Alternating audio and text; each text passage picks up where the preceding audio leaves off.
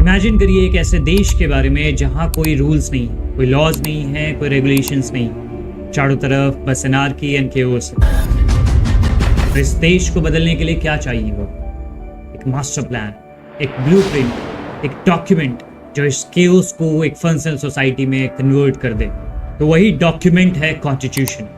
किसी भी कंट्री का कॉन्स्टिट्यूशन ये डिसाइड करता है कि वो कंट्री कैसे फंक्शन करेगी, गवर्नमेंट का स्ट्रक्चर क्या होगा, सिटीजन्स के फंडामेंटल राइट्स क्या होंगे, गवर्नमेंट के पावर और लिमिटेशंस क्या होंगे। सिंपल वर्ड्स में ये कंट्री का रूल बुक होता है। कॉन्स्टिट्यूशन दरअसल वही एक पावरफुल डॉक्यूमेंट है जो डिसाइड करता है कि कंट्री कैसे फंक्शन करेगी। It is like a user manual for a country. Hello everyone, मेरा नाम है आयुष राज और स्वागत है आप सभी का ब्लेल इन ह्यूमैनिटीज पर। आज हम लोग क्लास 11 पॉलिटिकल साइंस के chapter constitution why and how को पढ़ने वाले हैं। इस चैप्टर में हम लोग कॉन्स्टिट्यूशन के फंक्शंस को समझेंगे, कॉन्स्टिट्यूशन क्या है, क्यों जरूरत है इसकी, और आखिरी में हम लोग ये समझेंगे कि भारत का कॉन्स्टिट्यूशन कैसे बना। ये एक फैसिनेटिंग स्टोरी है। 1946 में 389 मेंबर्स की एक ड्रीम टीम बनाई गई जिनको काम दिया गया कि भारत का संविधान बनाए, दरअसल भारत का भविष्य लिखे। पूरे 2 साल 11 महीने और 18 दिनों की मेहनत के बाद 26 नवंबर 1949 को हमारे देश का कॉन्स्टिट्यूशन बनकर तैयार हुआ। हर वर्ड पे इंटेंस डिबेट हुआ। डॉक्टर अंबेडकर ने सब कुछ केवल सेंटर के लिए रख लिया है। मेरा प्रश्न है कि हमें एक मजबूत सेंटर किस लिए चाहिए, किसके डर से चाहिए और किसके खिलाफ चाहिए? ये कोई ओरिजिनल डॉक्यूमेंट नहीं था, ये हमारे देश का डीएनए बनने वाला था। 26 नवंबर 1949 को इसे ऑफिशियली अडॉप्ट किया गया, लेकिन 26 जनवरी 1950 को इसे पूर्ण रूप से लागू किया गया और इसी तारीख को हर साल हम लोग रिपब्लिक डे के रूप में सेलिब्रेट करते हैं। स्टार्ट करते हैं इस चैप्टर को और समझने की कोशिश करते हैं कॉन्स्टिट्यूशन को। ये याद रखिएगा कि कॉन्स्टिट्यूशन केवल एक डॉक्यूमेंट नहीं या किसी कागज पर उकेरे गए अक्षर नहीं है, ये किसी भी देश की आत्मा होती, ये किसी भी देश की आइडेंटिटी होती। इसे समझना केवल एग्जाम के लिए नहीं बल्कि हमारे जीवन के लिए भी बहुत जरूरी। तो चलिए स्टार्ट करते हैं इस चैप्टर को। Let's get started. तो सबसे पहले हम लोग ये देख लेते हैं कि इस चैप्टर में हम लोग पढ़ने क्या वाले। सबसे पहले पढ़ेंगे कि what does a constitution mean. आपने कई बार ये वर्ड सुना होगा, कॉन्स्टिट्यूशन, संविधान या आईन। तो आखिर इसका मतलब क्या होता है, सबसे पहले इसको समझेंगे। उसके बाद समझेंगे कि कॉन्स्टिट्यूशन सोसाइटी में कौन सा रोल प्ले करता है। उसके बाद हम लोग ये देखेंगे कि जो सोसाइटी में डिस्ट्रीब्यूशन ऑफ पावर है, एलोकेशन ऑफ पावर है, उसको किस प्रकार से गवर्न करता है। और सबसे आखिरी में हम लोग ये समझेंगे कि आखिर भारत का कॉन्स्टिट्यूशन किस प्रकार से बना। तो चलिए स्टार्ट करते हैं सबसे पहले टॉपिक से, why do we need of constitution. मतलब इसके अंतर्गत हम लोग कॉन्स्टिट्यूशन के फंक्शंस को देखेंगे। सबसे पहले फंक्शन से स्टार्ट करते हैं। Constitution allows coordination and assurance. तो देखिए, किसी भी सोसाइटी की अगर मैं बात करूं तो वहां पे अलग अलग प्रकार के लोग होते हैं, तो लोगों के बीच में डिफरेंसेस होते हैं, डाइवर्सिटी होती है। एक एग्जांपल से समझे तो आपके स्कूल की बात कर लेते हैं, तो उसमें और भी बच्चे पढ़ते हैं। उनके रिलीजन अलग हो सकते हैं, उनके हॉबीज अलग हो सकते हैं, उनका टेस्ट अलग हो सकता है, उनका जेंडर अलग हो सकता है, बहुत सारी चीजें।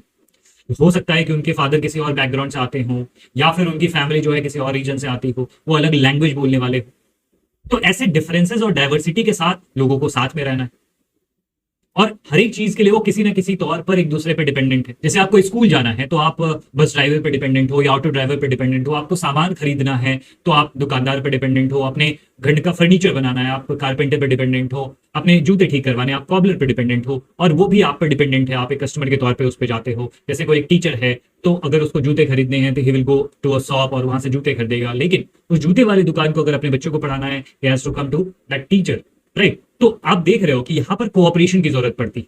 आप सेल्फ सफिशिएंट नहीं हो, हर एक चीज के लिए आपको एक दूसरे पर डिपेंडेंट होना पड़ता है। तो यहाँ पर कोऑपरेशन की जरूरत पड़ती है को एग्जिस्ट करने के लिए। अगर आपको सोसाइटी में रहना है तो आपको एक दूसरे को कोऑपरेट करना पड़ेगा।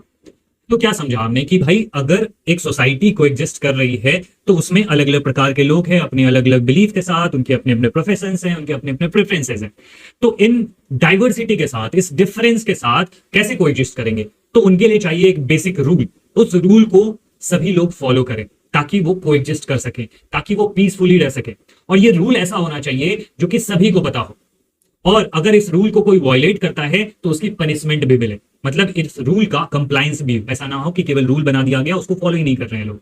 जैसे घर से स्कूल जाने के दौरान एक रूल बना हुआ है कि रोड पे ऐसे चलना है, लाल बत्ती आएगी तो रुकना है, यहां से टर्न लेना है, यहां से राइट टर्न लेना है, जो भी चीजें। और अगर कोई इन रूल्स को फॉलो नहीं करता है, अगर वो गलत तरीके से सड़क पे गाड़ी चलाता है या रेड लाइट को जंप करता है, तो उसको पनिशमेंट मिलता है ना। अगर ऐसा रूल ना हो तो क्या होगा, सड़क पर केओस मच जाएगा, लोग किसी भी तरह चलेंगे, कितने भी स्पीड से अपनी गाड़ी ड्राइव करेंगे, लेट से अल्कोहल पीकर अपनी गाड़ी ड्राइव करेंगे, वो लाल बत्ती को जंप कर देंगे, इस केस में क्या होगा, एक्सीडेंट हो जाएगा। आप इमेजिन करो एक ऐसे रोड का जहां पर लोग ट्रैफिक रूल्स ही फॉलो नहीं कर रहे हैं, क्यों मच जाएगा। तो अगर आपको पीसफुली सड़क पे चलना है तो उसके लिए क्या होना चाहिए, एक सेट ऑफ रूल होना चाहिए और उन रूल्स को सभी लोग फॉलो करें। लेट्स से कि आप एक घर में रहते हो, तो ये आपका घर है, तो रूल्स एंड रेगुलेशन बने हुए हैं कि आपका घर है, कोई और आके इस पर नहीं रह सकता है, और अगर कोई इसको वायलेट करता है, कोई जबरदस्ती आपके घर में रहने की कोशिश करता है, तो लॉज है उसके लिए, पुलिस है उसके लिए जो कि उसको सजा देगी।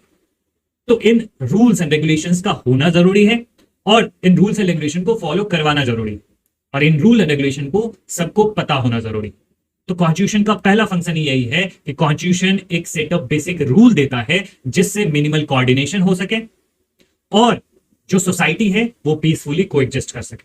तो this is gonna be your first principle or first function of the constitution, that is it provide a set of basic rules that allow for minimal coordination among members of a society so that society could coexist peacefully. Second function की बात करें, constitution decision making power को इसे specify,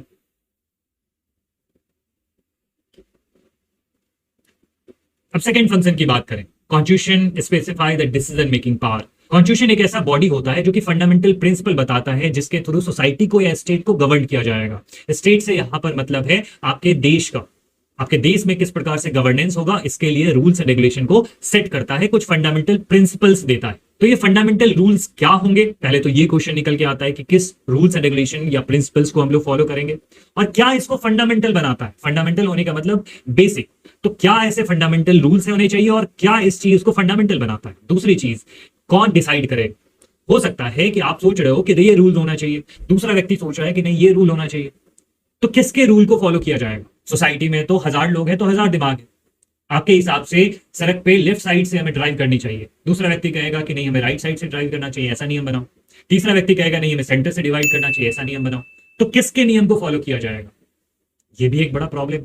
तीसरी चीज कि कैसे हम लोग डिसाइड करेंगे कि कौन सा रूल बढ़िया है और कौन सा रूल बढ़िया नहीं।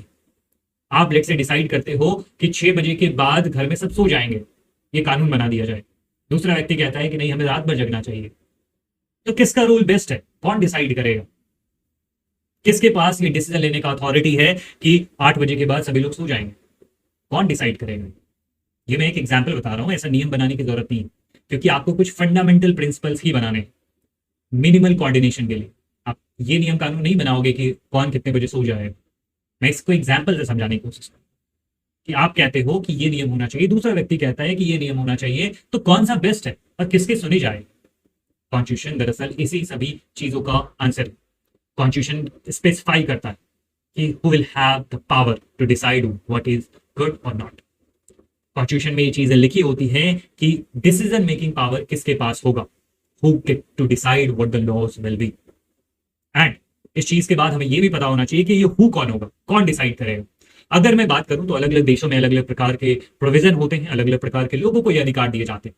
अगर मैं बात करूं एक मोनार्कल कॉन्स्टिट्यूशन में, तो वहां पे मोनार्क डिसाइड करता है, राजा डिसाइड करेगा, जो राजा डिसाइड करेगा वही अंतिम सत्य होगा और वही चीजें फॉलो करी जाएंगी, लोगों के द्वारा वही फॉलो किया जाएगा।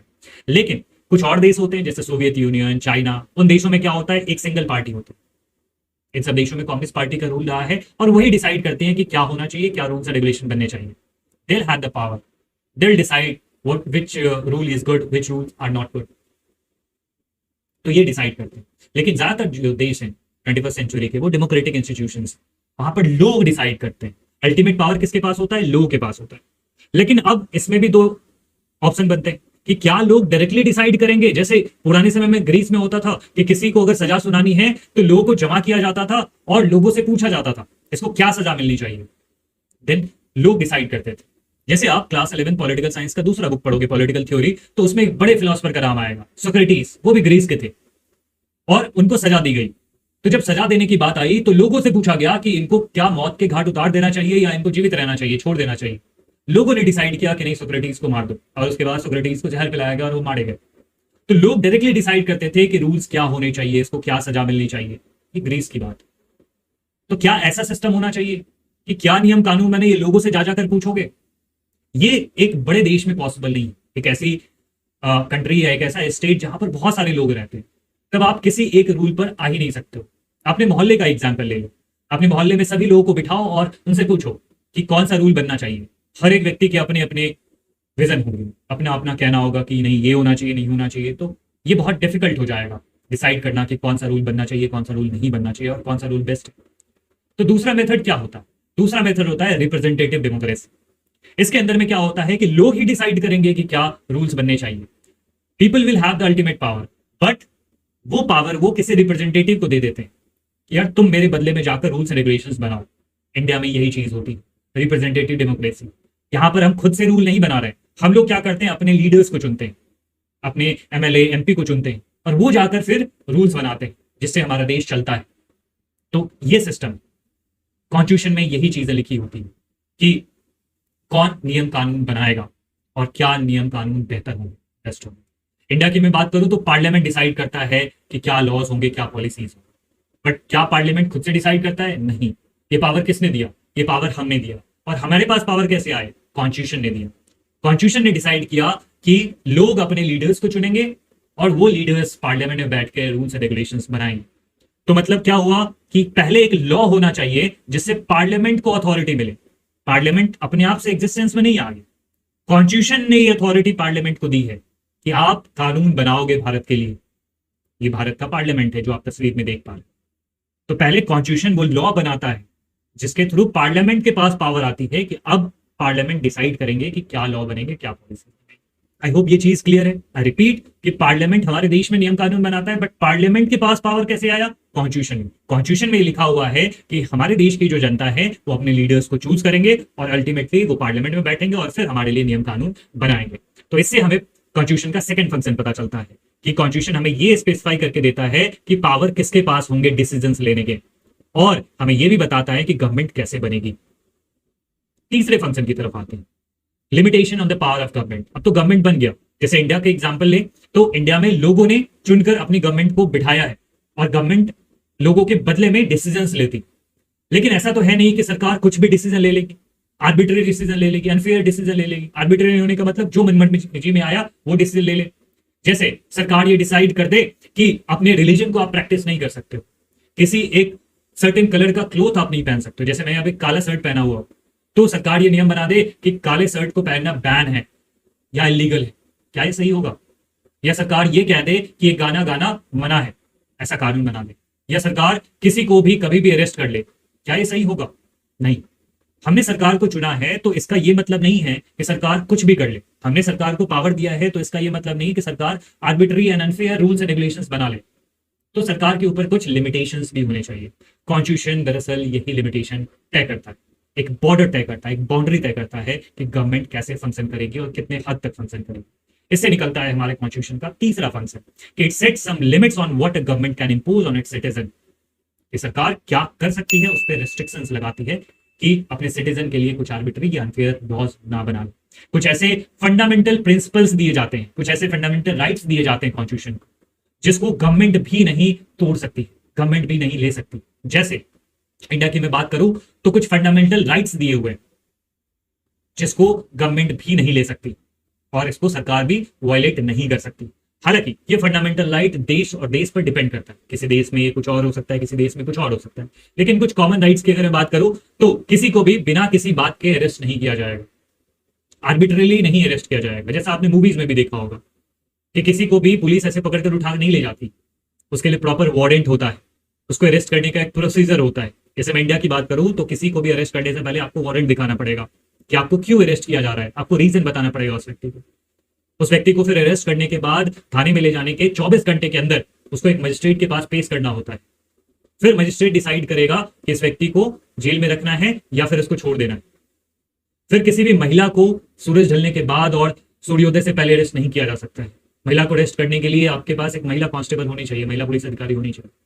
तो ये सब नियम कानून बनाए गए और उसके बाद अरेस्ट होने के बाद भी आपके पास अधिकार होता है कि आप अपने वकील से बात करें, अपनी फैमिली से बात कर सके और अपने आप को रिप्रेजेंट कर सके। मतलब आर्बिट्रली नहीं अरेस्ट किया जा सकता है और बिना कारण के अरेस्ट नहीं किया जा सकता। दूसरी चीज, आपके पास फ्रीडम ऑफ स्पीच होता है, कुछ भी बोलने का, सरकार को क्रिटिसाइज करने का, ये सब अधिकार होता है। फ्रीडम ऑफ कंसाइंस होता है, आप क्या फॉलो करना चाहते हो, किस रिलीजन को फॉलो करना चाहते हो, क्या सोच रखते हो, ये आपका अधिकार। मैं अगर हिंदुज्म को फॉलो करना चाहता हूँ, मैं अगर इस्लाम को फॉलो करना चाहता हूँ, मैं अगर बुद्धिज्म को फॉलो करना चाहता हूँ, और अगर मैं किसी रिलीजन को नहीं फॉलो करना चाहता हूँ, ये मेरा अधिकार है। मैं कैसे अपने रिलीजियस प्रैक्टिसेस को परस्यू करूंगा, ये मेरा अधिकार है। फ्रीडम ऑफ एसोसिएशन हो सकता है, आप जमा हो सकते हो, आप कहीं पर विरोध कर सकते हो सरकारी किसी कानून का या सरकार के किसी रूल्स एंड रेगुलेशंस का, ये आपके पास अधिकार होता है। किसी भी बिजनेस को, किसी भी ट्रेड को करने का आपके पास अधिकार है। तो ये सब आपके बेसिक अधिकार है, ये सब फंडामेंटल राइट्स है। ये मैं इंडिया की बात कर रहा हूँ। अलग अलग देशों में अलग अलग प्रकार के फंडामेंटल राइट्स हो सकते हैं, कहीं पर ज्यादा, कहीं पर कम हो सकता है, लेकिन ये सब कुछ कॉमन राइट्स हैं लगभग सभी डेमोक्रेटिक कंट्रीज में। हालांकि कभी कभी कुछ एक्स्ट्रा ऑर्डिनरी सिचुएशंस हो जाते हैं, जैसे कभी कभी इमरजेंसी लग जाता है, नेशनल इमरजेंसी लग जाता है, उस टाइम पर इन फंडामेंटल राइट्स को कर्टेल किया जा सकता है, छीना जा सकता है सरकार के द्वारा। जैसे अभी किसी ने हमारे ऊपर हमला कर दिया, अब उस समय हम लोग ये नहीं कहेंगे कि हमें बाहर घूमने की आजादी दे दी जाए, हमें बॉर्डर जाने की आजादी दे दी जाए, ये सारी चीजें। हमारे पास फ्रीडम ऑफ मूवमेंट भी है, लेकिन उस पर कुछ कुछ रेस्ट्रिक्शंस भी लगाए जा सकते हैं जब बहुत एक्स्ट्रा ऑर्डिनरी सिचुएशन आ जाए तो। लेकिन अल्टीमेटली अगर आप कहें तो आपके पास ये सारे लिमिटेशंस होते हैं सरकार के सामने कि इन चीजों को सरकार वायलेट नहीं करेगी। Next, aspirations and goals of the society. पुराने कॉन्स्टिट्यूशन की बात करें, वहां पर लिमिटेशन होता था कॉन्स्टिट्यूशन, लेकिन ज्यादातर जो 20वीं सेंचुरी में कॉन्स्टिट्यूशन बने हैं, इंक्लूडिंग इंडियन कॉन्स्टिट्यूशन, वो दरअसल कॉन्स्टिट्यूशन को कुछ पॉजिटिव राइट्स देते हैं कि सोसाइटी के अगर कुछ एस्पिरेशंस हैं, सोसाइटी के कुछ गोल्स हैं, तो संविधान सरकार को ये अधिकार देती है कि उन गोल्स को फुलफिल किया जाए, उन एस्पिरेशंस को फुलफिल किया जाए। फॉर एग्जाम्पल, साउथ अफ्रीका में जो उसका नया संविधान बना, उसमें ये चीज लिख दी गई कि सरकार रेशियल डिस्क्रिमिनेशन को खत्म कर सकती है। आपको पता होना चाहिए साउथ अफ्रीका में अपार्थाइड परस्यू किया जाता था। अपार्थाइड मतलब रंग भेद, रंग के आधार पर, नस्ल के आधार पर वहां पर भेदभाव होता था। वहां पे गोरों के पास ज्यादा राइट्स थे काले के कंपैरिजन में। तो वहां के कॉन्स्टिट्यूशन ने सरकार को यह पॉजिटिव पावर दी है कि सरकार इस रेशियल डिस्क्रिमिनेशन को खत्म करे। मतलब कॉन्स्टिट्यूशन सरकार को यह ताकत दे रही है कि सरकार कुछ अगर गलत चीज हो रहा है सोसाइटी में, उस चीज को खत्म करे। इंडिया की बात करो, हमारा सोसाइटी एस्पायर करता है, हमारी सोसाइटी का ये गोल है कि यहाँ पर कास्ट डिस्क्रिमिनेशन, जेंडर डिस्क्रिमिनेशन, ये सब चीज खत्म। तो कॉन्स्टिट्यूशन में ये सारी चीजें लिखी हुई है कि सरकार के पास ये अधिकार है कि अगर वो देखती है कि कास्ट डिस्क्रिमिनेशन हो रहा है, जेंडर डिस्क्रिमिनेशन हो रहा है, तो सरकार तरह तरह के इनिशिएटिव ले सकती है। और ये सब चीजें आपको इंडिया के प्रियम्बल में देखने को मिलेगा, फंडामेंटल राइट में देखने को मिलेगा, और directive principle of state policy में देखने को मिलेगा। जैसे कास्ट डिस्क्रिमिनेशन इंडिया में होता था, दलितों के खिलाफ काफी ज्यादा अन्याय होते थे, तो सरकार ने एक कानून पास किया, prevention of atrocities against ST and ST act. उसके तहत दलितों के ऊपर होने वाले अत्याचार को रोका गया। फंडामेंटल राइट है इंडिया में। आर्टिकल 17 अगर आप पढ़ोगे तो उसमें ये चीज लिखी गई है कि इंडिया में अनटचेबिलिटी को प्रैक्टिस किसी भी तरीके से नहीं किया जाएगा। छुआछूत जो होता था कि सर्टेन धर्म के लोग हैं तो उनका छूना पाप है, वो गांव के कुएं से, तालाब से पानी नहीं ले सकते हैं, वो गांव में बाहर रहेंगे, वो सड़कों पे चल नहीं सकते हैं, वो स्कूल्स में पढ़ नहीं सकते हैं।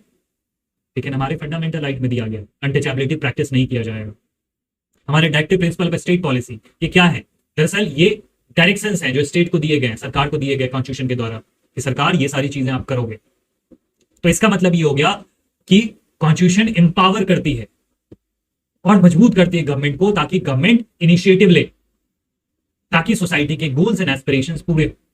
जैसे मुस्लिम धर्म में बहुत ज्यादा जेंडर डिस्क्रिमिनेशन होता था, 3 तलाक दे दिया जाता था, 3 बार तलाक बोलकर महिलाओं को डिवोर्स दे दिया जाता था। तो इस चीज को सरकार ने कानून बनाकर और इंडियन जुडिशरी ने इस चीज को खत्म किया, 3 तलाक को इंडिया में बैन किया। ये क्या है? ये एक तरीके से सरकार को और जुडिशरी को एम्पावर किया गया था हमारे कॉन्स्टिट्यूशन के थ्रू, और सरकार और जुडिशरी ने इसके ऊपर इनिशिएटिव लेकर इस चीज को दूर किया। इससे हमें पता चलता है कि कॉन्स्टिट्यूशन का एक फंक्शन है कि कॉन्स्टिट्यूशन लोगों के एस्पिरेशन और गोल्स को फुलफिल करती। जैसे साउथ अफ्रीका के कॉन्स्टिट्यूशन की बात करूं तो कंजर्वेशन ऑफ नेचर के ऊपर बात करी गई है। साउथ अफ्रीका के कॉन्स्टिट्यूशन देखो कितना आगे, काफी रीसेंट टाइम पे बना है, 1990s में बनाया नया संविधान। उसमें ये लिखा हुआ है कि सरकार को नेचर को कंजर्व करने के लिए काम करना चाहिए। अनफेयर डिस्क्रिमिनेशन अगर लोगों के खिलाफ हो रहा है या ग्रुप्स ऑफ पीपल के खिलाफ हो रहा है, उसके खिलाफ सरकार को कदम उठाने चाहिए। साथ ही साथ सभी को हेल्थ केयर प्रोवाइड करें, सभी को हाउसिंग प्रोवाइड करें। सरकार के पास ये पावर मिलता है कॉन्स्टिट्यूशन के थ्रू। इंडोनेशिया के एग्जाम्पल की बात करें तो वहां पर एजुकेशन सिस्टम को बेहतर करने के लिए सरकार को डायरेक्शंस दिए गए, और वहां पर यह भी दिया गया है कि जो पुअर और डेस्टिट्यूट बच्चे उनको सरकार पाले पोसे, उनका ख्याल सरकार रखे। तो इससे हमें 4th फंक्शन के बारे में पता चलता है कॉन्स्टिट्यूशन की, कि ये गवर्नमेंट को इनेबल करती है, गवर्नमेंट को एम्पावर करती है कि सोसाइटी के एस्पिरेशंस को फुलफिल करें और एक बेहतर सोसाइटी का निर्माण करें। नेक्स्ट है fundamental identity of the people. Constitution क्या करता है, लोगों को एक आइडेंटिटी देता है, एक कलेक्टिव एंटिटी के तौर पर एग्जिस्ट हम लोग कर पाते हैं। आज मैं और आप एक दूसरे से क्यों जुड़े हुए हैं? क्योंकि मैं भी वही कॉन्स्टिट्यूशन फॉलो कर रहा हूं जो आप कर रहे हैं, मैं भी वही रूल्स एंड रेगुलेशन फॉलो कर रहा हूं जो आप कर रहे हैं। दरअसल ये लोगों को एक कलेक्टिव एंटिटी के तौर पर जोड़ता है। दरअसल कलेक्टिव एंटिटी के रूप में हम लोगों ने एक सर्टेन सेट ऑफ रूल्स को एग्री कर लिया है कि ये रूल्स हैं जो हमारे लिए भी सिमिलर है और आपके लिए भी सिमिलर है और किसी और व्यक्ति के लिए भी सिमिलर है जो भारत में रहता है।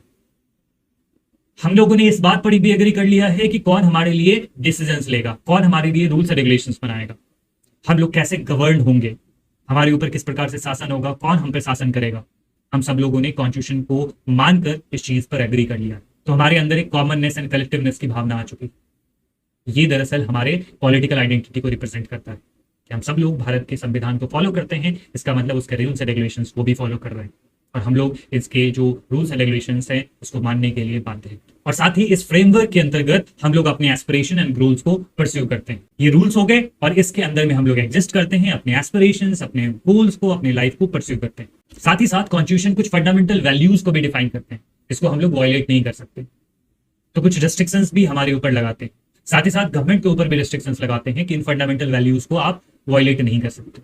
ये दरअसल एक मोरल आइडेंटिटी को रिप्रेजेंट करता है कि these things can not be violated at all. और साथ ही साथ ये जो पॉलिटिकल आइडेंटिटी है, मोरल आइडेंटिटी है, अब दुनिया के अलग अलग देशों में इसी प्रकार की चीजें होती। हालांकि ये डिफर करता है कॉन्स्टिट्यूशन टू कॉन्स्टिट्यूशन। हालांकि कुछ बेसिक फीचर जो हैं, जैसे डेमोक्रेसी होगी, वहां पर बेसिक राइट्स जो फंडामेंटल राइट्स हैं उसको प्रोटेक्ट किया जाएगा, उसको कोई भी गवर्नमेंट वायलेट नहीं कर सकती। ये लगभग सेम होते हैं अलग अलग कॉन्स्टिट्यूशन में। लेकिन आपको डिफरेंस भी देखने को मिलेगा, उस देश में किस प्रकार का फॉर्म ऑफ गवर्नमेंट होगा। क्या वहां पर प्रेसिडेंशियल फॉर्म ऑफ गवर्नमेंट होगा, पार्लियामेंट्री फॉर्म ऑफ गवर्नमेंट होगा, या वहां पर क्या प्रोसीजर फॉलो किए जाएंगे, वहां पर जो सरकार है उसके पास कितने पावर होंगे, क्या होंगी चीजें, ये सब कुछ डिफर कर सकता है country to country, constitution to constitution. Even की नेशनल आइडेंटिटी भी डिफर कर सकती है। नेशनल आइडेंटिटी से मतलब है, जैसे जर्मनी की मैं बात करूं, वहां पर जर्मन एथनिक ग्रुप का होना जरूरी है वहां का सिटीजन बनने के लिए, लेकिन भारत में ऐसा कोई क्राइटेरिया नहीं। भारत का सिटीजन कोई भी बन सकता है रूल्स रेगुलेशन को अगर फॉलो किया जाए तो। इससे हमें कॉन्स्टिट्यूशन के फिफ्थ फंक्शन के बारे में पता चलता है कि ये हमें फंडामेंटल आइडेंटिटी देता है। कॉन्स्टिट्यूशन दरअसल एक्सप्रेस करता है fundamental identity of the people. ये political identity, moral identity and national identity को एक्सप्रेस करता है। So these are the 5 functions of a constitution. Now moving ahead and let's come to the next point, that is the authority of the constitution. तो सबसे पहला question है कि what is a constitution? संविधान है क्या? दरअसल संविधान के बारे में सोचने पे हमें ये लगता है कि संविधान एक दरअसल डॉक्यूमेंट हो जिसमें बहुत सारी चीजें लिखी होंगी, बहुत सारे आर्टिकल्स होंगे, बहुत सारे उसमें रूल्स रेगुलेशंस लिखे होंगे। उसमें ये लिखा होगा कि स्टेट क्या है, स्टेट कैसे काम करेगा, कैसे बनेगा, क्या रूल्स फॉलो किए जाएंगे, क्या नॉर्म्स फॉलो किए जाएंगे, ये सारी चीजें एक डॉक्यूमेंट में लिखी होंगी। लेकिन यूके का एग्जाम्पल है, वहां पर तो कोई एक सिंगल डॉक्यूमेंट नहीं, वहां पर तो बहुत सारे रूल्स एंड रेगुलेशंस, बहुत सारे डॉक्यूमेंट्स, बहुत सारे डिसीजंस को मिलाकर कॉन्स्टिट्यूशन बनाया जाता है। मतलब यूके में कोई एक रिटन कॉन्स्टिट्यूशन नहीं, कोई एक सिंगल डॉक्यूमेंट नहीं है। वहां पर बहुत पुराने जो डिसीजंस लिए गए हैं या वहां पर जो सेट ऑफ डॉक्यूमेंट्स है उन सबको कलेक्टिवली एक कॉन्स्टिट्यूशन माना जाता है। तो ये तो डिफर कर सकता है। कॉन्स्टिट्यूशन कितना इफेक्टिव हो सकता है, या फिर कॉन्स्टिट्यूशन सही है कि नहीं, अच्छा है कि नहीं, ये किस चीज पर डिपेंड करता है? ये डिपेंड करता है कि कॉन्स्टिट्यूशन कैसे बना, उसका मोड ऑफ प्रोमलगेशन क्या था, कैसे वो एग्जिस्टेंस में आया। प्रोमलगेशन मतलब कैसे वो एग्जिस्टेंस में आया, कैसे कॉन्स्टिट्यूशन बनाया गया, उसके क्या सब्सटेंसिव प्रोविजंस है, मतलब क्या इंपॉर्टेंट उसके प्रोविजंस है। और तीसरी चीज, क्या उसमें बैलेंस्ड इंस्टीट्यूशनल डिजाइन है या नहीं, क्या उसमें जो इंस्टीट्यूशंस बनाए गए कॉन्स्टिट्यूशन के थ्रू क्या वो बैलेंस है कि नहीं। कहीं ऐसा तो नहीं कि किसी एक एंटिटी के पास बहुत ज्यादा पावर आ गया, दूसरे के पास पावर नहीं। जरा डिटेल में बात कर लेते। तो अथॉरिटी किसी कॉन्स्टिट्यूशन की इसी बात से पता चलती है कि उसका मोड ऑफ प्रोमलगेशन कैसा है, उसके सब्सटेंसिव प्रोविजन कैसे हैं और क्या उसमें बैलेंस इंस्टीट्यूशनल डिजाइन है या नहीं। मोड ऑफ प्रोमलगेशन के ऊपर बात करते हैं। प्रोमलगेशन मतलब क्या, कि कैसे वो एग्जिस्टेंस में आया, कैसे बना, किसने बनाया आगे कॉन्स्टिट्यूशन को और कितना अथॉरिटी उनके पास है या था। बहुत सारे कॉन्स्टिट्यूशन फेल हो गए, बहुत सारे देशों में ऐसा देखा गया कि कॉन्स्टिट्यूशन फेल हो गए। क्यों? क्योंकि कई बार ऐसा होता है कि मिलिट्री लीडर्स कॉन्स्टिट्यूशन लिख लेते हैं, कॉन्स्टिट्यूशन बना लेते हैं, या फिर ऐसे लीडर्स बनाते हैं जिनको लोगों का सपोर्ट था ही नहीं, ऐसे कॉन्स्टिट्यूशन फेल हो जाते हैं।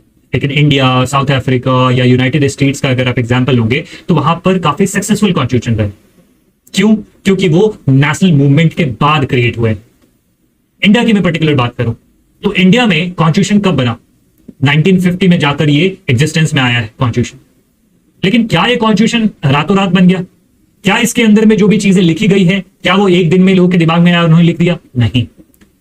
दरअसल कॉन्स्टिट्यूशन लिखने से पहले हम लोगों ने एक लंबी लड़ाई लड़ी थी अंग्रेजों के खिलाफ। 1857 से ही हम लोगों ने क्रांति करना स्टार्ट कर दिया, और उसके बाद धीरे धीरे देखोगे कि यहां पर नेशनलिस्ट मूवमेंट स्टार्ट होते हैं। 1885 में यहां पर कांग्रेस आती है, फिर धीरे धीरे जो लीडर्स होते हैं वो आगे बढ़ते हैं और लड़ाई लड़ते हैं, तरह तरह के इनिशिएटिव्स लिए जाते हैं। तो इस पूरे फ्रीडम स्ट्रगल के दौरान कुछ थिंकिंग डेवलप हुई और फाइनली 1947 में जाकर हमें आजादी मिलती। हमारा कॉन्स्टिट्यूशन दरअसल दिसंबर 1946 से बनना स्टार्ट हो चुका था, जो कि नवंबर 1949 में जाकर कंप्लीट हुआ। तो 2 साल 11 महीने 18 दिन की मेहनत के बाद हमारा कॉन्स्टिट्यूशन बना, लेकिन ये मेहनत दरअसल पहले से चल रही थी। नेशनलिस्ट मूवमेंट के दौरान ही लीडर्स तैयार हो रहे थे, जिनके पास क्रेडिबिलिटी थी, जिनके पास लोगों का सपोर्ट था और लोग उनको मानते थे। अगर वो कोई चीज कह रहे हैं तो लोगों का सपोर्ट उन्हें मिलता था। साथ ही साथ नेशनलिस्ट मूवमेंट के दौरान ही बहुत सारी चीजें अपने आप तैयार होती चली गई। इस पूरी लड़ाई के दौरान अंग्रेजों के खिलाफ हम लोग जो लड़ रहे थे 100 सालों से, उस दौरान ही ये चीजें धीरे धीरे डेवलप होनी शुरू हो गई कि हम लोग जब अपना देश बनाएंगे ना, जब अपना संविधान बनाएंगे तो उसमें डेमोक्रेसी को रखेंगे। हम लोग जब अपना देश बनाएंगे ना तो उसमें लेजिस्लेचर, एग्जीक्यूटिव, जुडिशरी के बीच में एक बैलेंस बना के रखेंगे।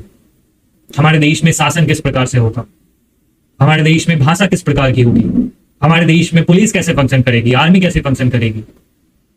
तो ये सारी चीजें पहले से धीरे धीरे धीरे धीरे हम लोग डेवलप करते जा रहे थे, ये सेंस डेवलप करते जा रहे थे।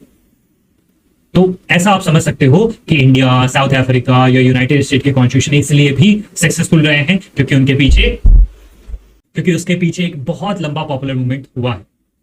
साथ ही साथ कई सारे देशों में रेफरेंडम भी करवाया गया। रेफरेंडम मतलब लोगों से पूछा गया कि क्या प्रोविजन ऐड किए जाने चाहिए, क्या ये कॉन्स्टिट्यूशन सही है नहीं। भारत में ऐसी जरूरत नहीं पड़ी।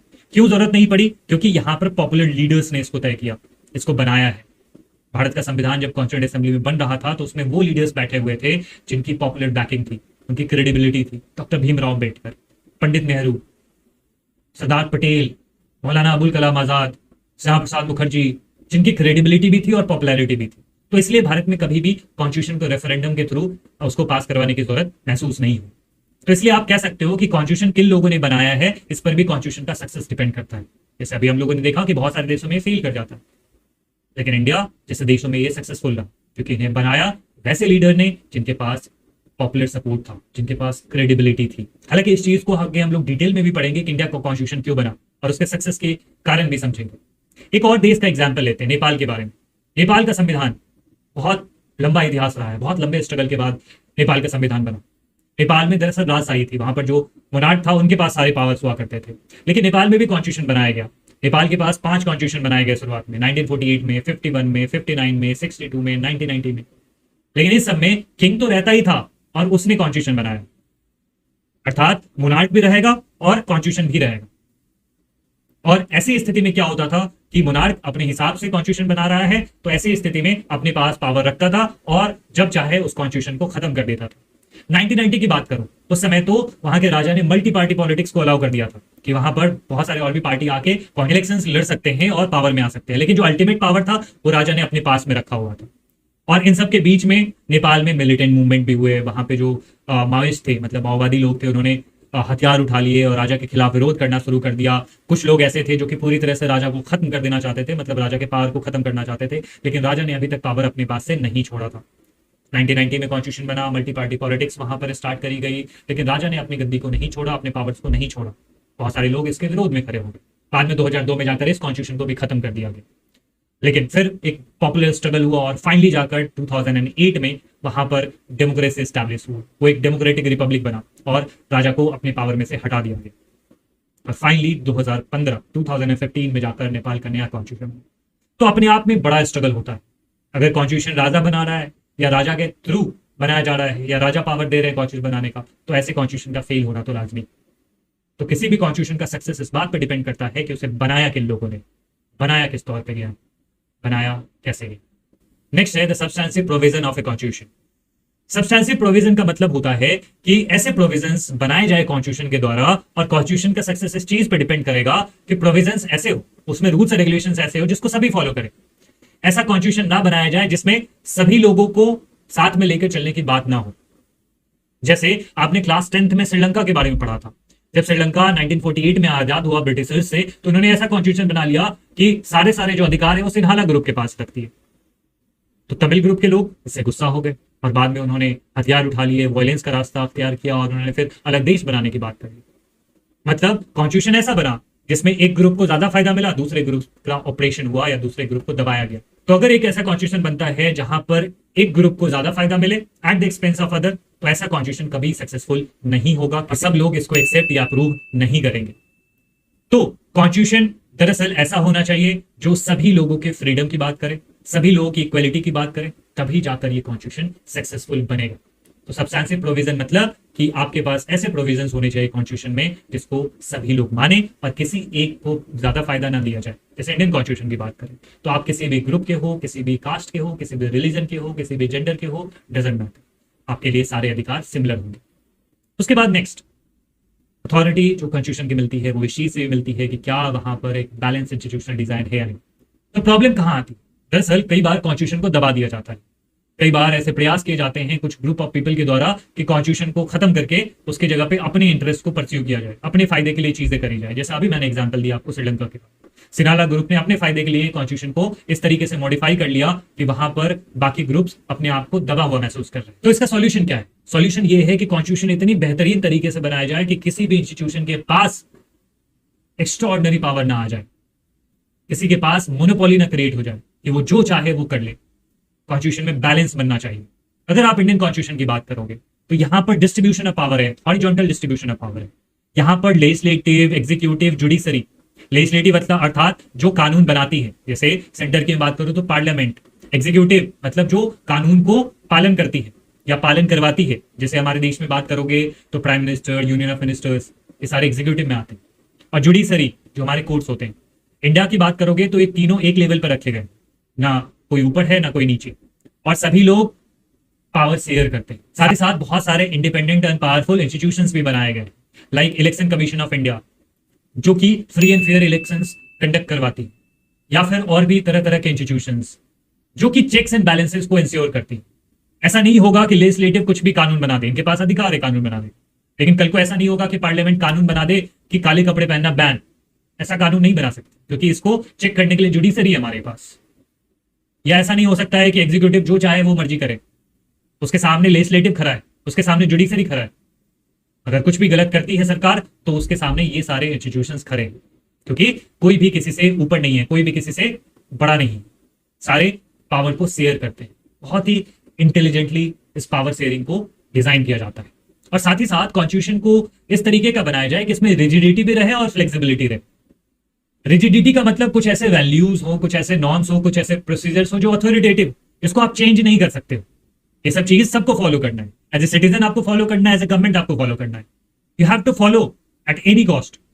लेकिन उसमें फ्लेक्सिबिलिटी भी होना चाहिए हमारे कॉन्स्टिट्यूशन कि समय के साथ साथ अगर उसमें चेंज लाने की जरूरत है आप उसको चेंज भी कर सकते हो। अगर आप बहुत रिजिड कॉन्स्टिट्यूशन बना दोगे, एक ऐसा कॉन्स्टिट्यूशन लिख दोगे जिसमें कोई चेंज ही ना हो, तो ऐसे स्थिति में क्या होगा कि सोसाइटी में जब चेंजेस आएंगे तो ये कॉन्स्टिट्यूशन खत्म हो जाएगा या कॉन्स्टिट्यूशन को कोई फॉलो ही नहीं करेगा। आज से लगभग 74-75 साल पहले हमारे देश में संविधान बना, अगर उसको ऐसा बना दिया जाएगा कि वो पत्थर की लकीर है, उसको फॉलो करना ही करना है, तो हो सकता है सोसाइटी में चेंजेस आए और वो सारी चीजें फिजूल हो जाए, तो लोग उसको फॉलो करना ही बंद कर देंगे। तो हमेशा क्या होना चाहिए, बहुत रिजिड नहीं होना चाहिए संविधान, उसमें ये स्कोप हो कि समय के साथ साथ आप उसमें बदलाव ला सकते हो। और इतना भी फ्लेक्सिबल नहीं होना चाहिए कि कोई भी उसको वायलेट कर ले, कोई भी सरकार आए उसको चेंज कर ले। जैसे इंडियन कॉन्स्टिट्यूशन का मैं एग्जांपल बताता हूँ। इंडियन कॉन्स्टिट्यूशन एक लिविंग डॉक्यूमेंट, एक चैप्टर भी है आपके इस किताब में। लिविंग डॉक्यूमेंट का मतलब ये हो गया कि अगर सोसाइटी को लगता है, अगर देश को ये लगता है कि इसमें बदलाव आने चाहिए, तो उसमें बदलाव लाया जाता है, कॉन्स्टिट्यूशन को अमेंड किया जाता है, कुछ एडिट किए जाते हैं, कुछ चीजें नई चीजें जोड़ी जाती है। तो इसलिए आप कहते हो कि इंडियन कॉन्स्टिट्यूशन एक लिविंग डॉक्यूमेंट है। रिजिडिटी भी नहीं है बहुत ज्यादा और बहुत ज्यादा फ्लेक्सिबिलिटी भी नहीं है। ऐसा भी नहीं है कि कोई भी सरकार आके कुछ भी चीज इसमें डाल देगी। आपको संविधान में कुछ बदलाव करने हैं, इंडियन कॉन्स्टिट्यूशन की बात करूं तो आपको लोकसभा और राज्यसभा में 2/3 मेजोरिटी से पास करवाना होगा, फिर उसके बाद राष्ट्रपति से साइन करवाना होगा। तो ये काफी मुश्किल काम होता है। 2/3 मेजोरिटी कोई भी गवर्नमेंट ऐसा इजिली एक्वायर नहीं कर पाती, तो उसमें रिजिडिटी है और फ्लेक्सिबिलिटी भी। अगर सबको लगता है कि भाई चेंज होने चाहिए तो चेंज हुए। 100 से ज्यादा चेंजेस हो चुके हैं हमारे संविधान में। तो एक बैलेंस और इंटेलिजेंट इंस्टीट्यूशन डिजाइन होना चाहिए किसी भी संविधान में, ताकि समय के साथ साथ होने वाले बदलाव को चेंज किया जा सके। और कुछ ऐसी चीजें होनी चाहिए जिसको चेंज ना किया जा सके, जैसे फंडामेंटल राइट्स हमारे कॉन्स्टिट्यूशन में, तो आप उसको खत्म नहीं कर सकते हो। जैसे कोई नई सरकार आई भारत की पार्लियामेंट में और वो कहती है कि आज से इस देश में राजशाही होगी, दैट इज नॉट पॉसिबल, क्योंकि हमारे संविधान का ये एक बेसिक फीचर है कि यहां पर डेमोक्रेसी फॉलो किया जाएगा। कल को एक सरकार आती है, वो ये बोलती है कि यहां पर लेजिस्लेचर जो कानून बनाएगी वही सब फॉलो करेगा, जुडिशरी भी मेरे कहे पे चलेगी, नहीं, वो पॉसिबल नहीं, क्योंकि डिवीजन ऑफ पावर दिया गया है, इंडिपेंडेंस दिया गया है। तो ऐसे कुछ प्रोविजंस होते हैं जिसको आप चेंज नहीं कर सकते हो, और ऐसे कुछ प्रोविजंस होते हैं कि समय के साथ साथ आप उसमें चेंज भी कर सकते हो। तो ऐसे अरेंजमेंट इसलिए किए जाते हैं कि कोई भी एक ग्रुप आकर बाकी लोगों को दबा ना दे। तो अब आगे बढ़ने से पहले कुछ एमसीक्यूज देख लेते हैं, और ये एक टेस्टामेंट होगा कि आपने जो भी चीज़ें पढ़ी हैं उसको आप ठीक ढंग से समझ पा रहे हो। इन क्वेश्चंस को अटेम्प्ट करना है और इसके आंसर्स को आप कमेंट बॉक्स में ज़रूर लिखो, ठीक है। मैं खुद से चेक करके आपको बता दूंगा कि आपने सही लिखा है या नहीं। तो फर्स्ट क्वेश्चन है कि what does the constitution specify regarding the allocation of power in society. Constitution क्या बताता है एलोकेशन ऑफ पावर के बारे में जो सोसाइटी में होता है। It gives all power to the government. It divides power between different institutions. It gives all power to the people directly. या फिर it concentrates power in one person. सही आंसर क्या होगा कमेंट बॉक्स में question number के साथ जरूर लिखिएगा। सेकंड क्वेश्चन है, how does the constitution limit the power of government? By specifying fundamental rights, by giving unlimited power to the judiciary, by not allowing any elections, या फिर by giving all power to the military. Right? Third question है कि what is meant by the aspirations and goals of a society in the context of a constitution? पहला option है the personal ambitions of political leaders. Second, the economic targets for the next 5 years. या फिर the long term vision and values the society wants to achieve. या फिर the foreign policy objectives of the country. Right? And fourth question है कि what makes a constitution effective? क्या एक संविधान को इफेक्टिव बनाता है, कारगर बनाता है? Being written by military leaders or drawing legitimacy from popular national movements, या फिर having very rigid provisions, या फिर giving unlimited powers to the government. इनमें से कौन सा ऑप्शन करेक्ट होगा? Write your answer in the comment box. Right? अब बढ़ते हैं सबसे इंटरेस्टिंग टॉपिक पे कि हमारे देश का संविधान कैसे बना, भारत का संविधान कैसे इसका निर्माण किया गया, इसको समझते हैं। देखिए, अगर मैं बात करूं तो दरअसल भारत का संविधान जो है उसके बनने की प्रक्रिया 1946 से शुरू हो गई। हालांकि 1946 में हमारे देश में इलेक्शंस हुए थे। अगर आप उस समय की बात करोगे तो हमारे भारत में दो प्रकार के इलाके होते थे। एक इलाका होता था प्रिंसली स्टेट्स, जिस पर अंग्रेजों का इनडायरेक्ट शासन था, मतलब वहां पर अंग्रेजों का डायरेक्ट शासन नहीं है, वहां पर कोई राजा है, कोई नवाब है, उनका शासन चल रहा है, but they are still under the British subjugation. वो ब्रिटिशर के अंदर में ही है, लेकिन वो वहां पर शासन नहीं कर रहे। उन्होंने क्या बोल रखा है, राजा साहब, नवाब साहब, आप शासन करिए, आपको वहां पे ऑटोनॉमी है, लेकिन है वो ब्रिटिशर्स के अंदर में। तो ऐसे प्रिंसली स्टेट होते, जैसे जम्मू एंड कश्मीर हो गया, हैदराबाद हो गया, राजपुताना हो गया, ऐसे इलाके जो हैं, जो आप ये कौन सा कलर है, जो भी कलर है, ऐसे इलाकों में आप जो देख रहे हो, ये सब प्रिंसली स्टेट थे। फिर दूसरा इलाका जो था वो था ब्रिटिश प्रोविंसेस। इस पर डायरेक्ट ब्रिटिशर्स का रूल था। तो ब्रिटिश प्रोविंसेस में इलेक्शंस हुए क्योंकि वो डायरेक्टली ब्रिटिशर्स के अंदर में।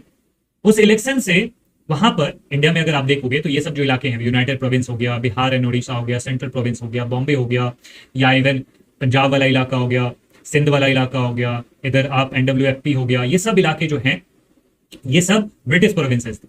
तो 1946 में इलेक्शंस हुए और इस इलेक्शन से क्या हुआ कि वहां पर जो असेंबलीज हैं वो चुने गए।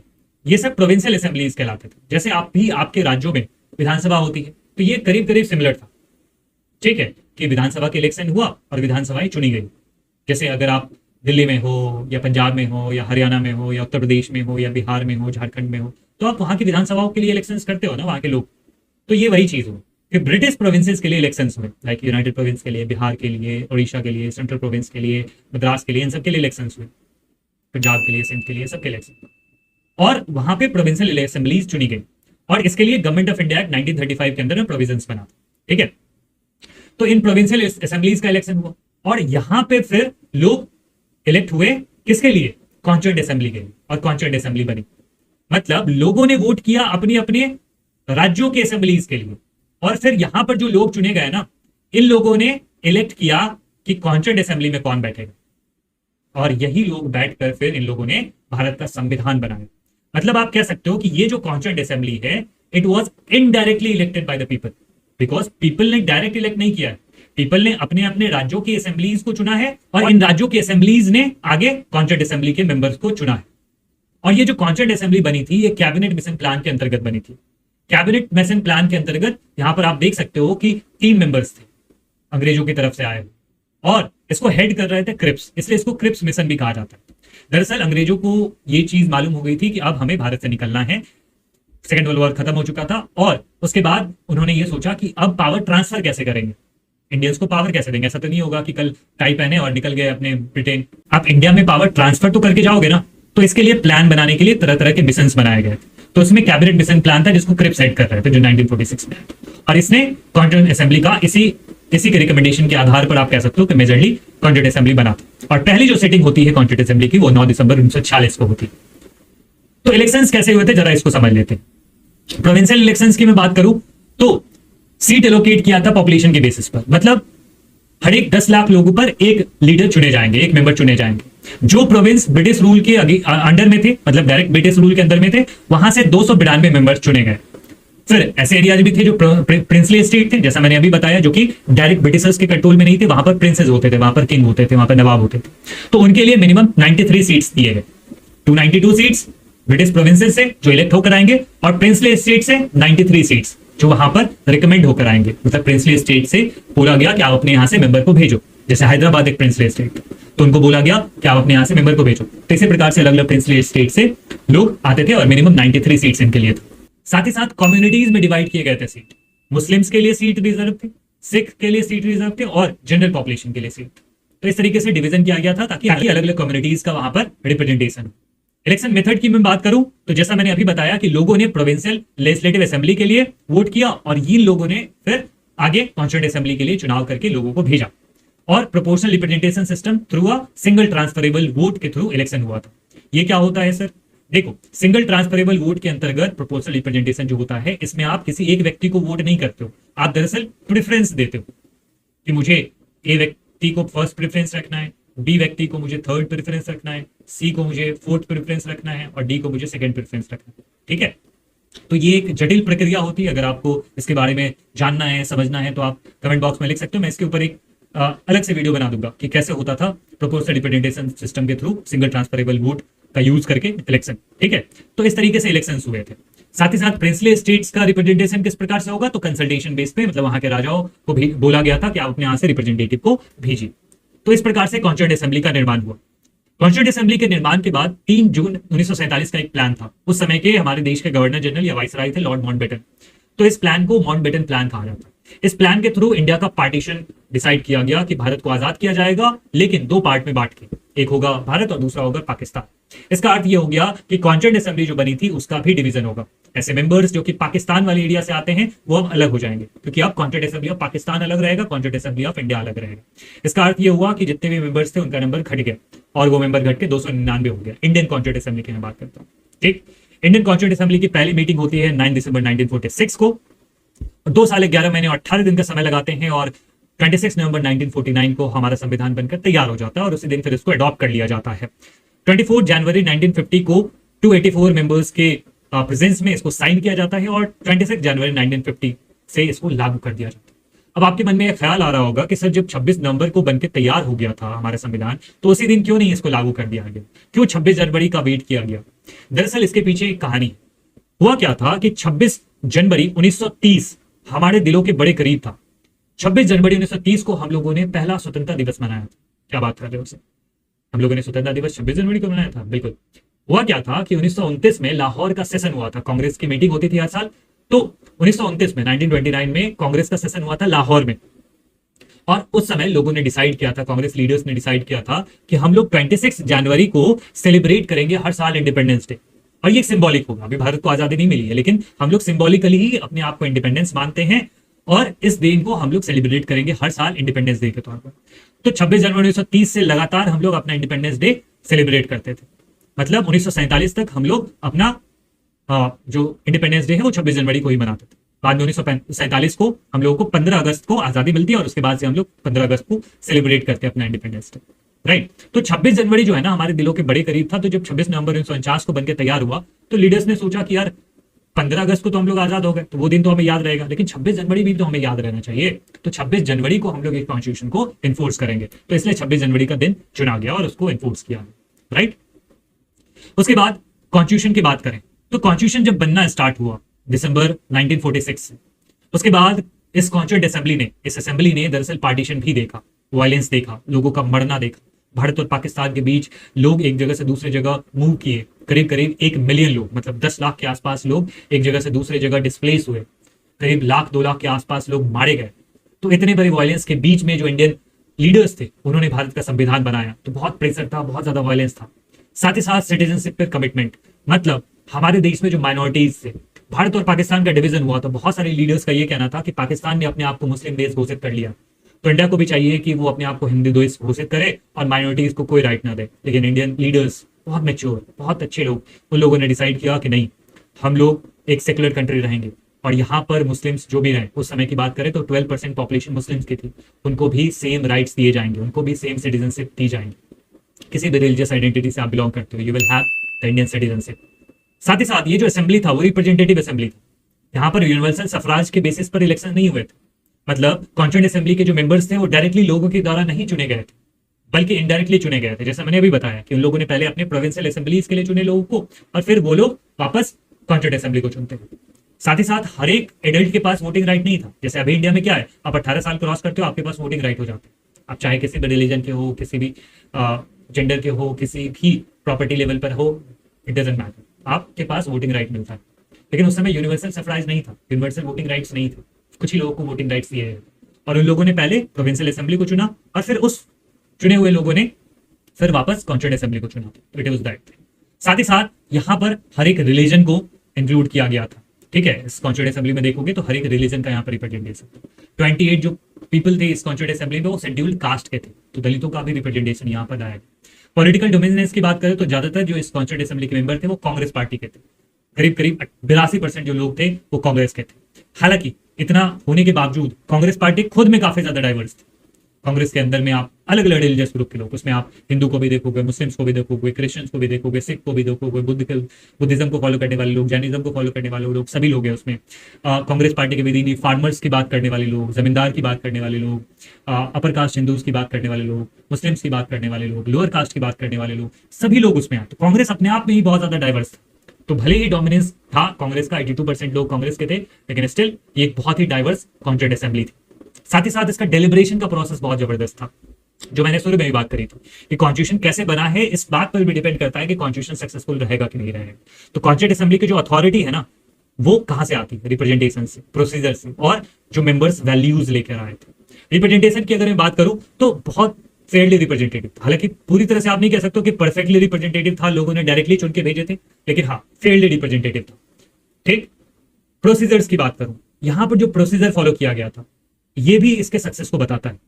प्रोसीजर बहुत ही सोफिस्टिकेटेड, प्रॉपर डिबेट होते थे, कोई भी पॉइंट, जैसे भारत का नेशनल लैंग्वेज क्या होगा, अब इस पर डिबेट एंड डिस्कशन चल रहा है।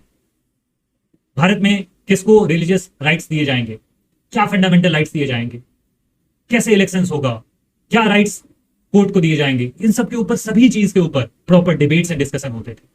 गवर्नमेंट का सेंट्रलाइजेशन कितना होगा, सेंटर स्टेट के बीच में रिलेशंस किस प्रकार के होंगे, जुडिशियल पावर किस प्रकार से होंगे, लोगों के पास कितने प्रॉपर्टी राइट होंगे, हर एक पॉइंट पर, हर एक इश्यूज पर प्रॉपर डिबेट एंड डिस्कशन होता था।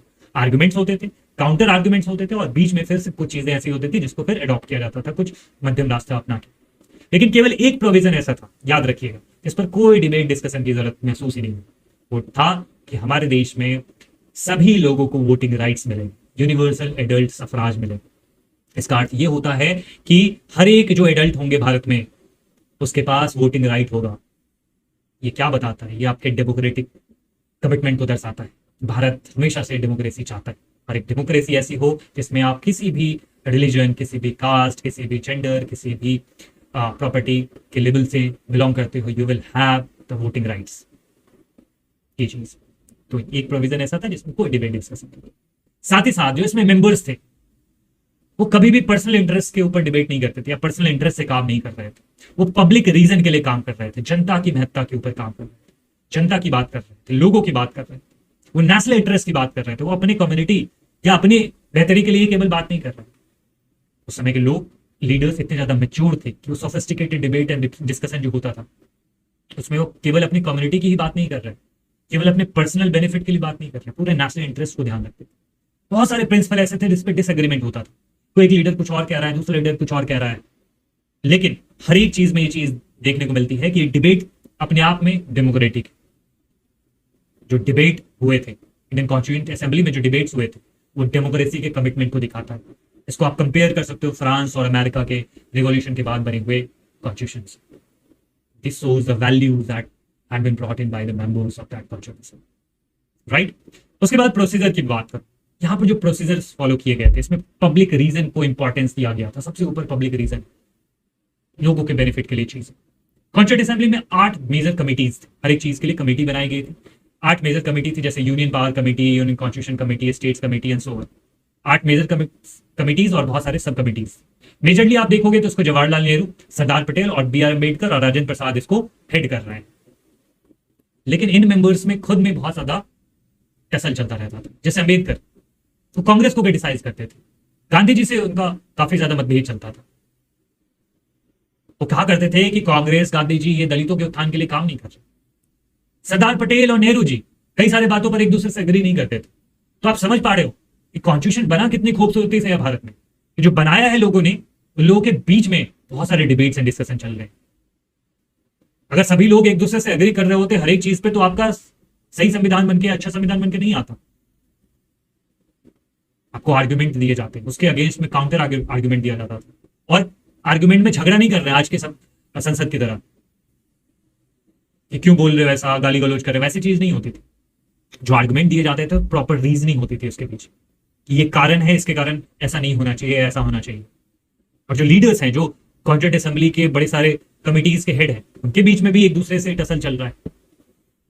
उनके बीच में भी ऐसा नहीं है कि सभी लोग एक ही जैसा बोल रहे हैं, राइट। तो बहुत सारे जो प्रोविजंस हैं उसको पहले कमिटीज ड्राफ्ट करती थी। कैसा प्रोविजन था? जैसे यूनियन पावर्स कमेटी, तो ये कमेटी कुछ प्रोविजन लेके आई, फिर उसको कॉन्स्टिट्यूएंट असेंबली में पेश किया गया। कॉन्स्टिट्यूएंट असेंबली जो मेंबर हैं वो सब उस पर डिबेट करते थे, और तब जाके उसको फिर कॉन्स्टिट्यूशन में इंक्लूड किया जाता था, उसमें सुधार करके। तो पहले ड्राफ्टिंग होती थी कोई भी लॉ बनाने का, कोई भी रूल्स बनाने का, फिर उसको डिबेट किया जाता था उसके ऊपर, और कांच छांट करके अगर उसको इंक्लूड करना है देन इंक्लूड किया जाता था। तो ऐसा कोशिश किया गया कि कोई भी ऐसा प्रोविजन ना आए जिससे लोगों को हार्म पहुंचे। कुछ ऐसे प्रोविजन होते थे जब डिबेट से बात नहीं होती थी तो फाइनली उसको वोटिंग के लिए रखा जाता था, फिर वोट करके अगर वो चीजें एग्री हुई तो फिर उसको इंक्लूड किया जाता था। 2 साल 11 महीने 18 दिन, मतलब 9 दिसंबर 1946 को पहली मीटिंग हुई थी, और 26 नवंबर 1949 को ये बनके तैयार हुआ था। उसके बीच में 166 मीटिंग हुई, करीब 3 सालों तक यह सफर चला। और जो सेशंस होते थे कॉन्स्टिट्यूएंट असेंबली के, ये पब्लिक के लिए भी ओपन होते थे, प्रेस के लिए भी ओपन होता था। लोग भी जाकर देख सकते थे, अगले दिन अखबारों में भी छपता था, रेडियो में भी ये चीजें आती थी कि क्या डिबेट हुआ, क्या डिस्कशन हुआ, लोगों को पता चलता था। ऐसा नहीं था कि बंद कमरों में चीजें हो रही हैं। ये चीज इंश्योर करता था कि लोग भी अपने इनपुट्स दें। लोग भी चिट्ठियां भेजा करते थे कि ये चीजें होनी चाहिए, ये चीजें नहीं होनी चाहिए। It was like that. तो प्रोसीजर एस्टैब्लिश या procedure adopted was very noble. ये चीज बताती है कि इंडियन कॉन्स्टिट्यूशन सक्सेसफुल क्यों रहा, क्योंकि इस तरीके के प्रोसीजर्स को अपनाया। साथ ही साथ कॉन्स्टिट्यूशन हमारे फ्रीडम स्ट्रगल के आइडियल्स को दर्शाता है, उसमें जो प्रिंसिपल्स निकल के आए उस चीज को दर्शाता है। साथ ही साथ बहुत लंबे समय से हम लोग जो स्ट्रगल लड़ रहे थे, उसी समय जो विजन निकल के आया था कि हमारी गवर्नमेंट किस प्रकार की होगी, किस वैल्यूज को हम लोग लेके आएंगे। नेशनलिस्ट मूवमेंट के दौरान ये चीजें सब निकल के आ रही थी ना कि हमारे देश में कास्ट इनइक्वालिटी है, उसको खत्म किया जाना चाहिए। अंग्रेजों का शासन बहुत ऑटोक्रेटिक है, तो हमें ऐसी सरकार बनानी चाहिए जो डेमोक्रेटिक हो, डिवीजन ऑफ पावर हो, ये सारी चीज। तो जो वैल्यूज निकल के आए थे ना, वही कॉन्स्टिट्यूशन में डाले गए नेशनलिस्ट मूवमेंट के दौरान जो चीजें निकल के आई थी। नेहरू जी ने 1946 में ऑब्जेक्टिव रेजोल्यूशन पेश किया था। ऑब्जेक्टिव रेजोल्यूशन मतलब गोल्स। ऑब्जेक्टिव मतलब कॉन्स्टिट्यूएंट असेंबली के बैठने का क्या ऑब्जेक्टिव है, क्या गोल, या हम किस प्रकार का संविधान बनाना चाहते हैं। तो दरअसल उन्होंने विजन दिया था कि संविधान कैसा होना चाहिए। ये 13 दिसंबर 1946 को इंट्रोड्यूस किया गया था और 22 जनवरी 1947 को उसको पास किया गया। और इसमें क्या सब चीजें लिखी थी? इसमें इक्वालिटी की बात लिखी गई, इसमें लिबर्टी की बात लिखी गई थी, इसमें डेमोक्रेसी, सॉवरेनिटी और कॉस्मोपॉलिटन आइडेंटिटी की बात लिखी कि ये सब चीजें हमारे संविधान में होना चाहिए। संविधान सभा बैठी है ना, सोचो 9 दिसंबर को बैठी है पहली बार, और 13 दिसंबर को ये ऑब्जेक्टिव दिया गया। इसका मतलब एक गोल तय किया गया कि आज हम लोग बैठे हैं और ये संविधान सभा अभी 2 साल चलेगी, जितने समय तक चले, तो तो हमारी ये गोल्स हैं और इन गोल्स को अचीव करने के लिए हमें प्रोविजंस बनाने और इन प्रोविजंस के बेस पर हम लोगों ने अपना कॉन्स्टिट्यूशन बनाया। जो भी प्रोमिसेस करे थे लोगों को वो फुलफिल किए। जैसे आप मेन पॉइंट देख सकते हो ऑब्जेक्टिव रेजोल्यूशन का कि इंडिया एक इंडिपेंडेंट सोवरेन रिपब्लिक होगा, इंडिया एक यूनियन ऑफ स्टेट्स होगा जिसमें सभी जो पार्ट्स होंगे, इंडिया के जो प्रोविंसेस एंड स्टेट्स हैं जो इंडिया का पार्ट बनना चाहते हैं वो सब इंडिया का पार्ट होंगे। साथ ही साथ यहां पर बहुत सारे जो फंक्शंस होंगे या पावर्स होंगे उसको गवर्नमेंट एक्सरसाइज करेगी, स्टेट्स को पावर दिए जाएंगे। तो इस प्रकार की सारी चीजें रही थी। साथ ही साथ जो minorities, backward and tribal area के लोग हैं, डिप्रेस लोग हैं, उनके लिए एडुकेट प्रोविजंस रहेंगे, सेफ गार्ड रहेंगे। तो इस प्रकार का ऑब्जेक्टिव रेजोल्यूशन था और इसी चीज को ध्यान में रख के कॉन्स्टिट्यूशन फ्रेमवर्क्स ने कॉन्स्टिट्यूशन का निर्माण किया। साथ ही साथ इंस्टीट्यूशनल अरेंजमेंट, जिस चीज की मैं तभी से बात कर रहा था कि एक बैलेंस डिजाइन किया जाए इंस्टीट्यूशन का। ऐसा ना हो कि कोई एक इंस्टीट्यूशन ज्यादा पावरफुल हो जाए और अपने हिसाब से मनमर्जियां करे, ये बिल्कुल नहीं होना चाहिए। तो भारत में सरकार कैसी होनी चाहिए? डेमोक्रेटिक होनी चाहिए और लोगों के वेलफेयर के लिए काम करे। एग्जीक्यूटिव, लेजिस्लेचर और जुडिशरी के बीच में बैलेंस बना होना चाहिए। हम लोगों ने कौन सा फॉर्म ऑफ गवर्नमेंट अडॉप्ट किया? Parliamentary form of government. इसका मतलब ये हो गया कि हम लोगों ने लेजिस्लेचर और एग्जीक्यूटिव के बीच में बैलेंस क्रिएट किया। साथ ही साथ फेडरल अरेंजमेंट मतलब सेंटर और स्टेट के बीच में डिवीजन ऑफ पावर की।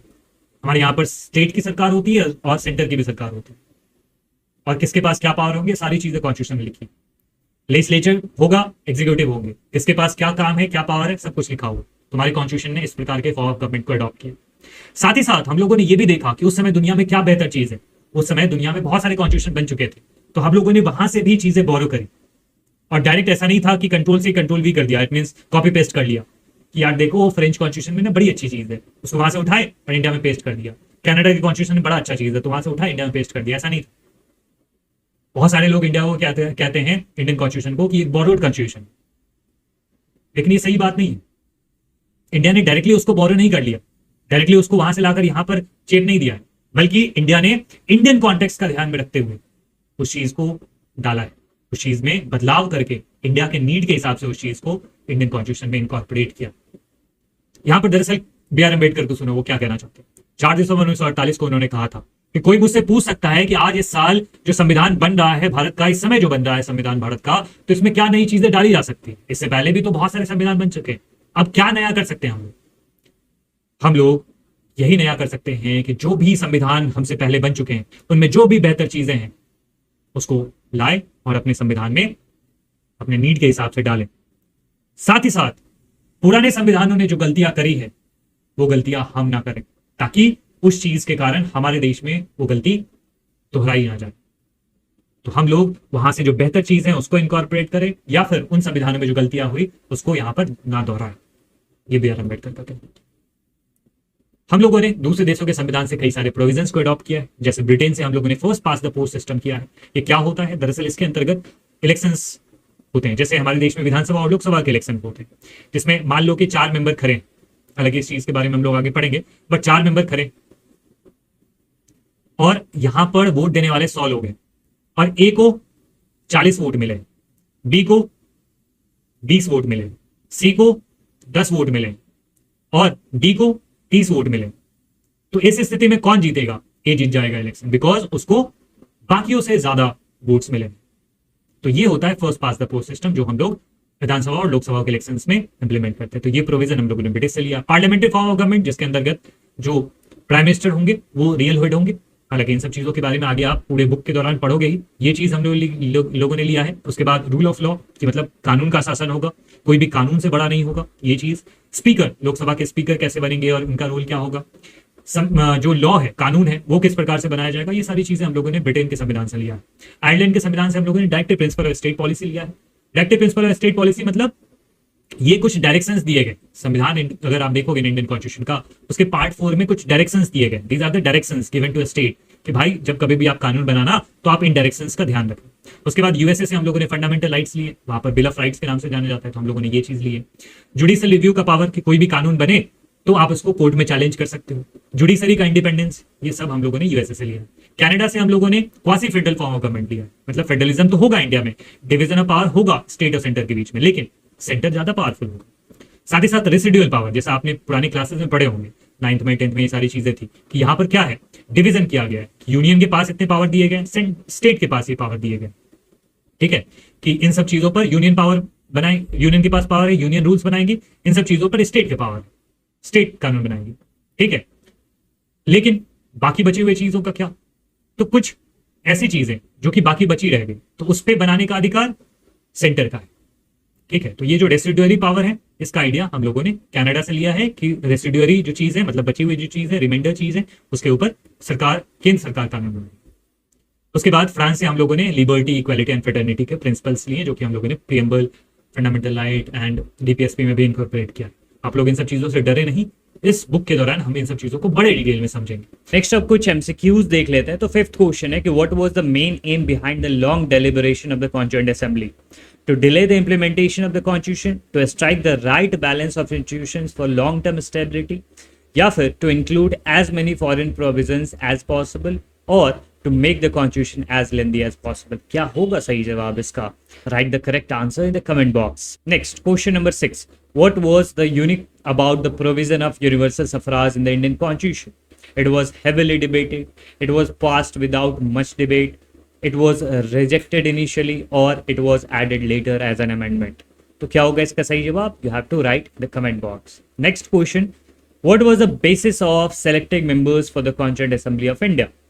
Direct elections by all adults, nomination by the British government, indirect elections by members of provincial legislative assemblies, or selection by the Indian National Congress. Next question पे आते हैं। 8th question है कि how were the seats distributed in the constituent assembly? Equally among all provinces, proportional to the population of provinces and the princely states, based on the size of the territory, or it is according to the literacy rates at the time, right? Next question है कि what is the primary reason for the success and longevity of the Indian Constitution? Its length and complexity, its rigidity and unchangeable nature, its balance between stability and flexibility, or its foreign inspired provision. तो क्या reason है भारतीय संविधान के successful और इतने समय तक बने रहने के बीच, राइट? नेक्स्ट क्वेश्चन है कि what was the role of the cabinet mission plan in the formation of the constituent assembly? It opposed the formation of the assembly. Yeah, it provided the basic framework for the composition of the assembly. Yeah, it had no influence on the assembly. या फिर it demanded separate assemblies for Hindus and Muslims. You have to choose the correct answer and write in the comment box. Next question है which country's constitution influenced the directive principles of state policy in India? United States, Britain, France, Ireland. Next है which of these is not mentioned as a function of the Indian Constitution? Defining fundamental rights, enabling the government to take positive measures, specifying exact policies to be implemented, or expressing the aspirations of the society, right? Next, quite easy question. Who moved the objective resolution in the Constituent Assembly? Dr. B.R. Ambedkar, Sardar Patel, Jawaharlal Nehru, or is it Mahatma Gandhi? 14th question है कि how many major committees were there in the Constituent Assembly? 5, 6, 7 or 8? You have to choose the correct option and write in the comment box. और जो बाकी MCQs अगर आपको वो attempt करने हैं, you can go to the Play Learner application and वहाँ पर मैंने फ्री टेस्ट सेक्शन में बहुत सारे MCQ इस चैप्टर के ऊपर जो बेस्ड हैं उसको दे दिया है, तो आप वहाँ से नोट्स भी डाउनलोड कर सकते हैं और साथ ही साथ MCQs को भी अटेम्प्ट कर सकते हैं, and that will be your full fledge preparation for this chapter. Next question number 15 है कि what role did the objectives resolution play in the constitution making process? It was a final draft of the constitution, और it summarised the aspiration and values behind the constitution, or it was rejected by the Constituent Assembly, or it dealt only with the procedural matters. Next question number 16 है कि how did the Constituent Assembly members approach borrow ideas from other constitutions? By directly imitating them, by rejecting all foreign ideas, or by adapting them to Indian needs and conditions, or by randomly selecting provisions. तो इन questions का आपको जवाब देना है और comment box में जरूर इसके आंसर्स लिखने हैं। I will personally check that and correct you if you are wrong, right? So I hope कि ये सारी चीजें आप लोगों को समझ में आ गई। चैप्टर इस तरीके से खत्म होता है। कैसा लगा चैप्टर जरूर कमेंट बॉक्स में मुझे बताइए, और अगर आपने अभी तक देख लिया है तो अपना नाम जरूर बताना और फीडबैक जरूर देना। ये सारी चीजें कहीं पर आपको कोई दिक्कत तो नहीं है। अगर आपको किसी पॉइंट में कहीं पर भी दिक्कत है, यू कैन आस्क, और आप प्ले लर्नर एप्लीकेशन पर भी अपने डाउट्स पूछ सकते हो, डायरेक्टली मैं आपको रिप्लाई करूंगा। इस चैप्टर का जो नोट्स है वो भी आप प्ले लर्नर ऐप से डाउनलोड कर सकते हो। तो मिलते हैं अगले वीडियो में, तब तक अपना बहुत ख्याल रखिए, पढ़ते रहिए, आगे बढ़ते रहिए। जय